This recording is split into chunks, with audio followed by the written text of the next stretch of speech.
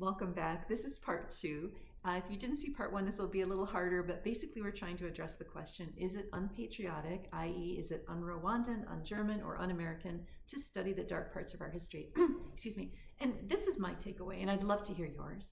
So I think that it has nothing to do with being American, Rwandan, German, and throw in any country, Chinese, Japanese, Russian. In each case, what has happened, and you would find this in any country you dig into, that when one group of people sees another as other, and that could be race, it could be religion, it could be political affiliation, and there's a fear, there can be a huge outlash of violence that can get horrific.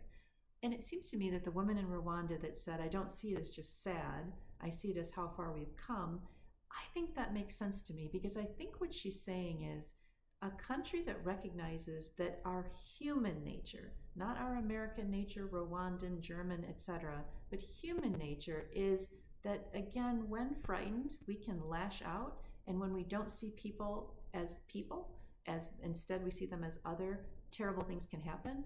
And then the question as a society is, what guardrails have you put in place? So in other words, if we want to make sure that our children's grandchildren, everyone's children's grandchildren, long after I'm gone, that people won't be in this situation, I think that's what we're learning is we can see this propensity in humanity that if we see someone as other than us, then terrible things can happen.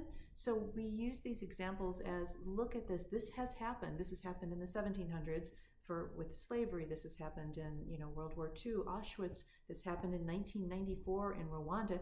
Human nature is the same across all of them, but each society asks, what guardrails are we putting in place? And I think part of the guardrails is knowing the history.